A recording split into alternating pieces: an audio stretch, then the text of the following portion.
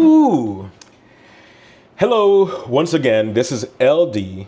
I'm over here right now just talking about things on photography, watches, just talking about my collecting journey. This is not a review channel. This is mostly a conversationalist-based channel of some of my thoughts and some of my opinions in my watch journey. I would like to, it's not about a right or wrong. I would like us to discuss. I'm not here to sell you anything because there are too many other channels that are there to sell you some stuff. But just like you, I watch YouTube, I'm on YouTube, and I just want to share my conversation.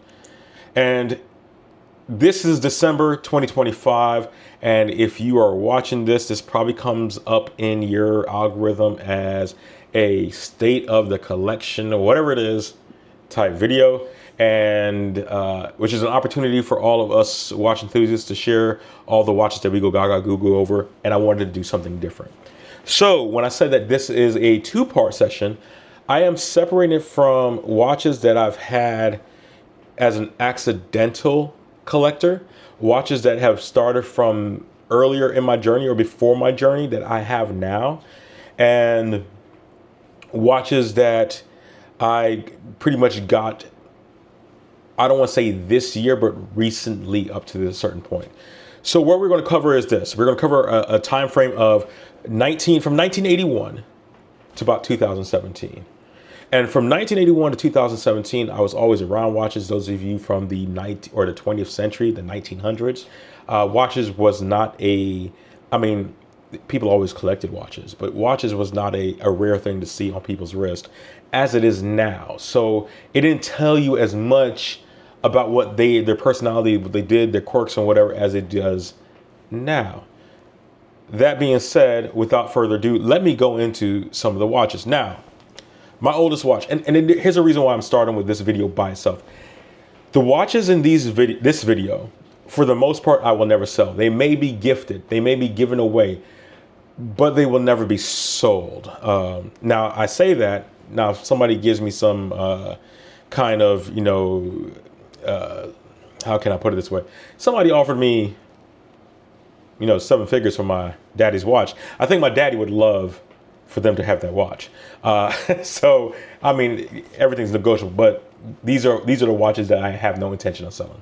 And the first one I want to talk about, this is a Bulova Calendar, and I don't have my glasses. It's like a P1753. I believe it has a Swiss movement, an Edda movement. It's inside of it. Give you another shot of this. This is from 1981. This is the watch that my dad bought when he first came to America in New York. And he's had this watch. We've changed up. I know he's changed out the strap. The strap is a little bit too small for my, this is 8-inch on this side, but my 7 3/4-inch wrist. But that being said, this is a 31 millimeter dial.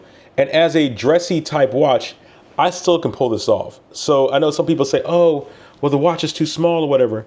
As a dressy type watch, you can pull this off. This is very vintage. It has, I mean, look at this patina.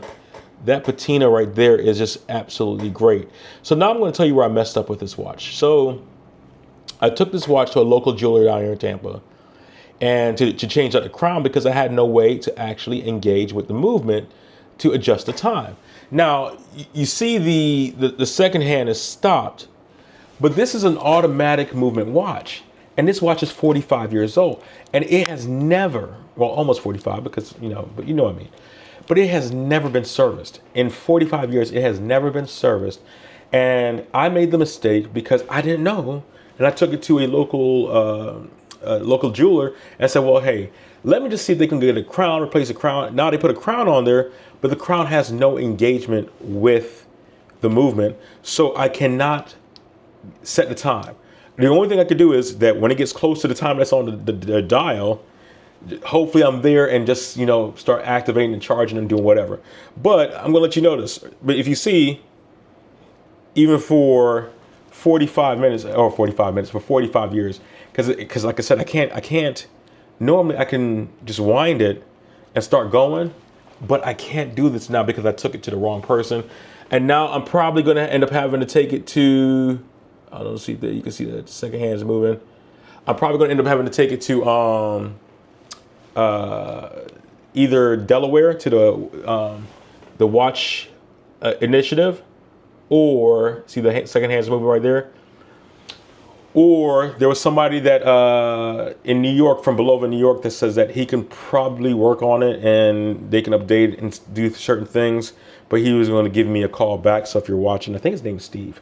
If you're watching, Steve, give me a call back. But this is the oldest watch. This watch is going nowhere. I would like to get it serviced. I figured that if I can get it serviced now, then it's a watch that my grandkids would have from their great-great-grandfather. So that, or their great-grandfather, yeah, from their great-grandfather. So that is the first watch. Now, 81, I go all the way. Now, I probably had a Timex. I probably had a Time Life, like something when you get with the free magazines. But the first watches that I actually bought for myself was an Arkitek, and I know I bought this from the Navy Exchange, and this is an Arkitek. I need to get a new battery for this. This, it still looks beautiful. This is a fossil on the original bracelet. This is on the original bracelet, and I probably bought this back in, I want to say 2002, 2001 from the Navy Exchange, and you can still see it looks absolutely beautiful. This fossil, and even, I don't know if you guys can see this, even the loom on it. Ooh, let me see if I go. The loom on it was actually, you can't show it there, but anyway, the loom on it is actually pretty bright, and I'm actually impressed with this fossil. 20 years later, would I wear it now? I didn't know. So let me tell you about this fossil. One of the things back then is, you know, this is 2002. Not to say that we didn't have internet, we didn't have forums like we do now, but watch collecting and watches and stuff like that. So when I bought this watch, it was just a purely emotional buy. It wasn't about resale value. It wasn't about, hey, was it a hype watch? It was purely on, do I like it? What did it look like? And how did it feel when it was on my wrist? That was it. And did I have the money that I could afford it? That was it. I didn't care. I knew it wasn't a Rolex because that's, at that time, that's all I knew was Rolex and Omega. We're going to get back to Omega. But to me, this was the core of watch collecting at the time. And you would call this a Gada now because I think this is like a 50-meter water resistance or whatever it is. But it has a chrono, has the pushers, no screw down or anything like that. But when I bought this at the time, it really was to have a nice evening dress watch that I liked and looked good. I was familiar with the Fossil brand, and not as Fossil brand as watches, just Fossil in general. And, you know, 25 years ago, this watch was it, right? Moving right along, early 2000s, 2002, 2003, the watch that everybody liked was the Omega Seamaster Professional 300. The James Bond, the GoldenEye, the Die Another Day, the Pierce Brosnan James Bond watch. And I think around that time, that watch might have been about maybe $2,300, $2,500, $2,600. It was still expensive. It was still in close to the 2000s or right around there. And I didn't have that kind of money. So what I ended up with was with the Tissot PRS200. And this Tissot PRS200, it still works. I didn't know if it would work or not, but I changed the battery inside of this. Now, I still need to go get it tested or checked for water pressure because it's supposed to be 200 meters of water resistance and everything. I still need to get that checked. I don't know if it's going to do that. But here's what's so funny about this. And I do have somewhere around there. I thought I had it right up here, but I guess I don't. This is what kept it. See, this has been in this Ziploc bag for about that amount of time because the end link, oop, there it goes, because I lost the end link, and that's the reason why I did not actually wear this for so long. So once the battery died, and I just, hey, left it in the bag. And it was in this bag. Now, we talk about bags. Let me grab we talk about bags. Here's what's so funny. Tell me your hoarder without telling me your hoarder. Box and papers. Box and papers. And I know this watch was probably about $200 or $300 or $400 back then. I know this watch was probably $200, $300, $400 back then. But this is the kind of box that it came in back then. And this, tell me, I don't even know if I have links in there. The papers are somewhere else, but because I know I did put that in there, but came with all the Tissot, the manuals, the warranty card is still inside of there. This, I was impressed. I was impressed. But even more than that, look at this. They had another section. Make sure, because I know I have the, but this is, they don't even, tell me guys, does Tissot still do this? This is the only Tissot I've ever bought. But does Tissot still put, does Tissot still do this for their watches? Do they still have such a nice box for presentation? Let me know, because this, like I said, I was actually thoroughly impressed when I came across this, and I'm like, oh my gosh, I still got the box and papers for my PRS 25 years. And the only reason why I have it, because like I said, back then, it was about how the watch made me feel. I wanted to be like James Bond, man. But I ain't had James Bond money. I didn't have 007 money. I probably had 0.07 in the account. So to be able to get this, now I have it on this blue NATO strap. And the blue NATO strap is from Crown and Buckle. Not a sponsor, but you can be. But it's, so that's number 2. Never getting rid of this. Now, once again, right around the same time frame, I got a Bulova Calendar. And this is quartz, like those were quartz right now for the most part, with the exception of the automatic. And I bought this for my dad for Father's Day, right? Why do I still have it? Because my father passed away about maybe 20 years ago. He passed away, or almost that. But I bought this for him for Father's Day because I knew that he liked Bulova, right? And to me, this was one of the things, and it's kind of funny that it wasn't until dealing with, I mean, I'll just check to see if it had loom. This actually does have loom on this. This is to, I guess it technically is a date just homage. Bulova has some really good homage watches. They even have an homage Royal Oak from the early 80s and 70s. So this watch right here. So about 2007, I decided I want to get commissioned in the Navy, start flying stuff, whatever, fly planes and stuff like that. Hopefully you didn't see the junk back there, but there's a lot of junk back there. But let me see if I can get this off of the, I have this band over here.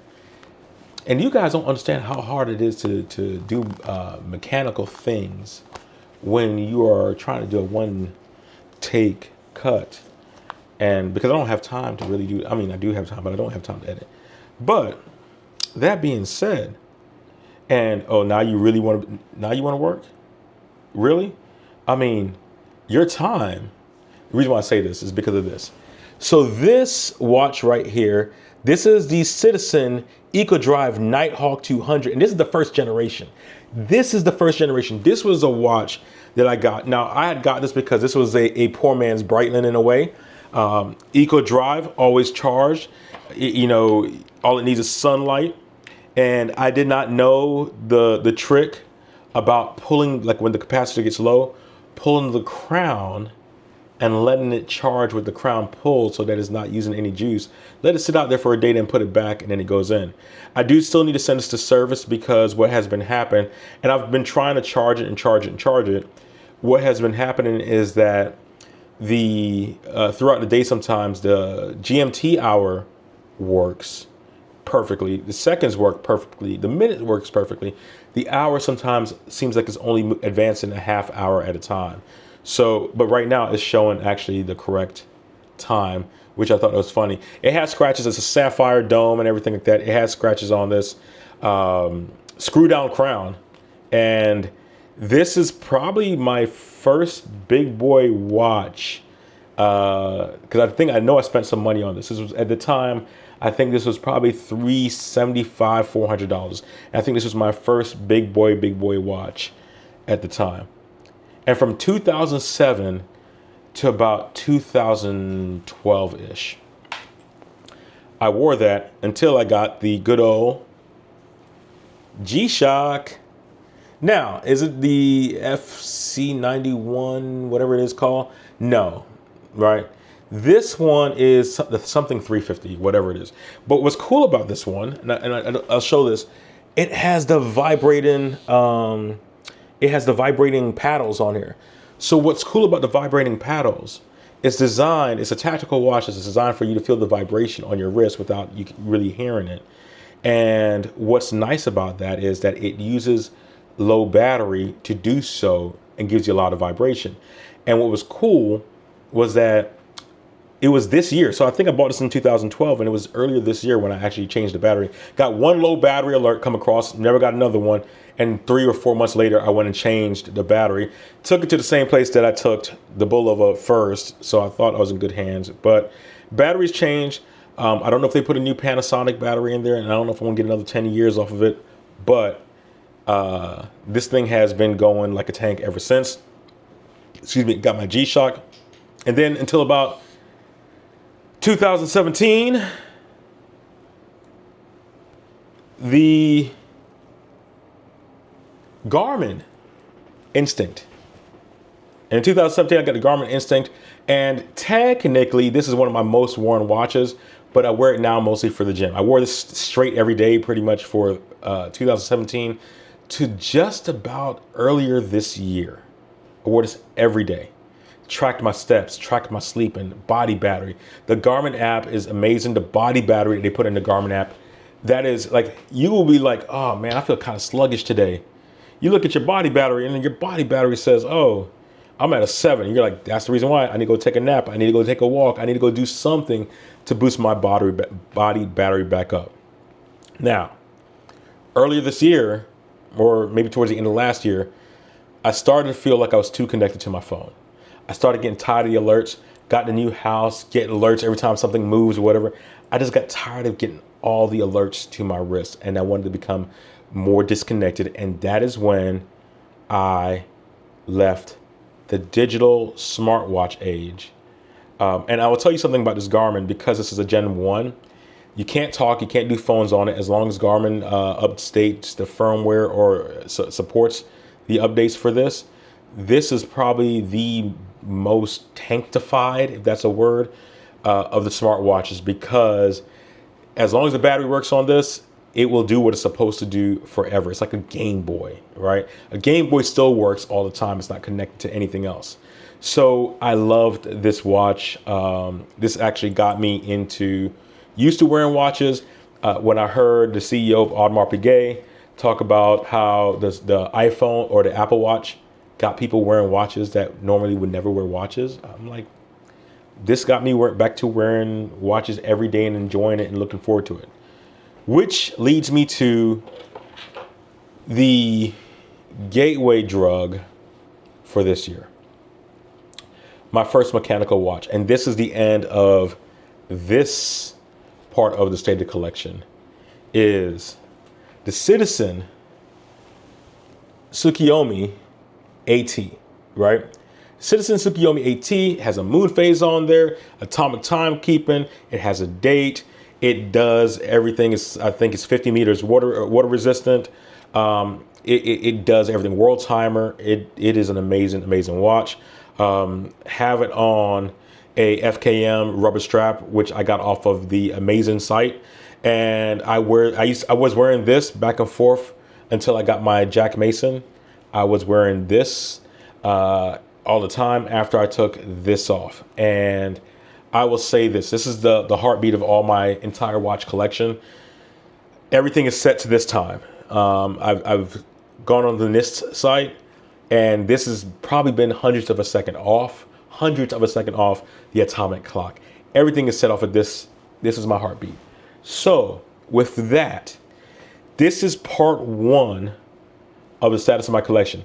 This video is probably going to be, unless something radically happens with these watches, this will probably be the baseline video. I don't plan on doing another of these watches. I may do an individual review, because once I get the Tissot resealed and pressurized. I've already called down to Miami to see how much it costs to do a refurbishing.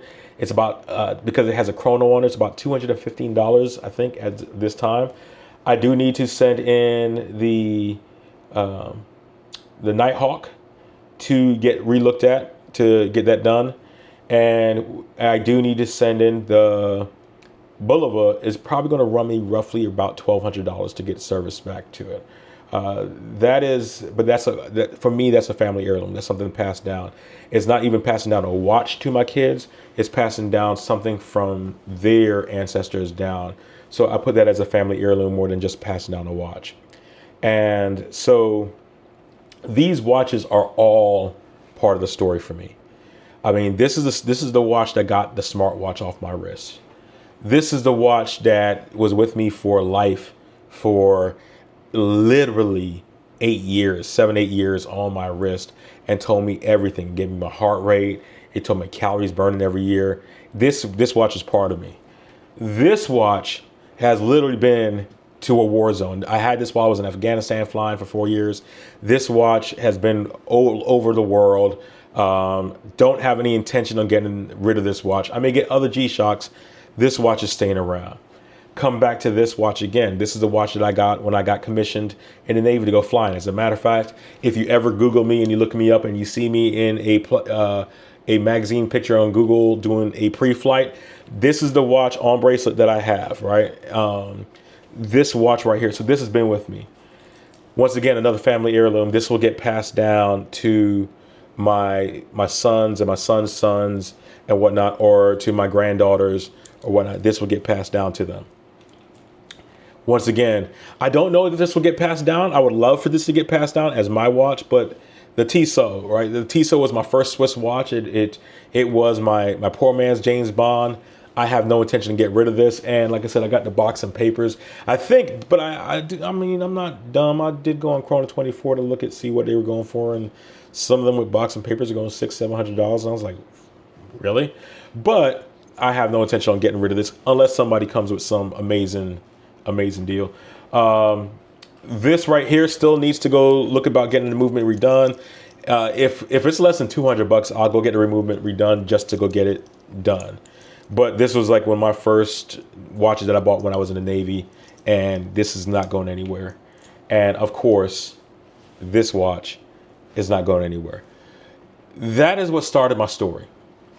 Long video to talk about that. That is why I said how my story started, the state of my collection, part 1. This is the prequel, so to speak. And this is what got me into watches. All these are mechanical watches or digital watches or whatnot. All these are pretty much standalone, or they have some kind of tech that's in them that advances them, right? But at the same note, I may not wear these watches every day. I think out of all of these, the 2 watches that I still have in my current rotation, obviously I still work out with this one right here, right? And I've been working out hard this year for this one. I still actually, I'm going to not joke. I still wear the G-Shocks, the Tissot every once in a while, the Tsuki Yomi. So 4 of these I still wear regularly in my rotation, even though they're not my most worn watches. I wear them regularly in the rotation.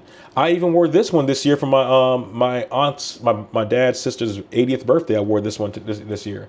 I don't wear too much gold because when I do wear my wedding ring, that's a gold. I'm getting a new one that's actually going to be two-tone, and that new wedding ring is so I can wear more gold. And you know, and once this gets probably fixed, I'll probably wear this one more often too.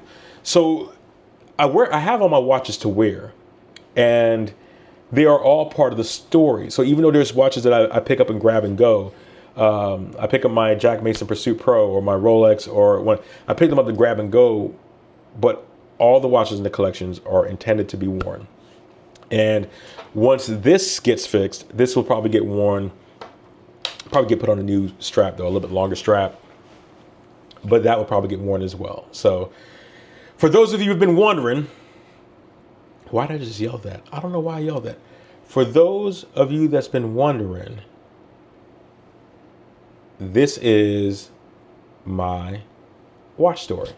This is the origin story. Hopefully it's not a villain origin story. Hopefully when I get a Panerai, I don't think nobody thinks I'm a villain, but no, just kidding. This is my watch story. Let me know what you think. What is your origin story? What are the watches that got you in? What are the watches that you have at the end of this year that you will never get rid of? They are your collection. This is my evergreen collection. They will get their own box. Now, I say they will get their own box because some of these are actually, like I said, they worn every day. But like the quartz watches and stuff like that, they'll probably going to get worn less and less over the next year, because as other watches come into the collection, you just enjoy wearing them a little bit more. But when I travel, if I'm going someplace, if I'm going to go work, if I know I'm going to do something that, hey, I may not want it to get banged up, hey, GShock, there you go. If I'm going to someplace where I just needed to, grab a watch to put on, I don't want to set the time, I don't want to wind anything, don't want to do that, hey, Citizen, boom, I don't have to worry about that as long as it has light. And, so that's my origin story as far as it comes to watches. I probably should do one for photography. What do you think? I found some of my first stuff from like 1995, 1994, when I was over at high school, working on the newspaper, right? Yeah, so that's back in the days. Anyway, with that, I'd like to say thank you once again for sitting here through all this time. If you made it this far, if you made it this far, just give me a wrist check and tell me what you're wearing right now as you watch this. Put it in the comments. I appreciate it. And as always, y'all have a great one. Like a fat kid in dodgeball, I'm out. And I even got a suspended for you guys today. Y'all have a good one.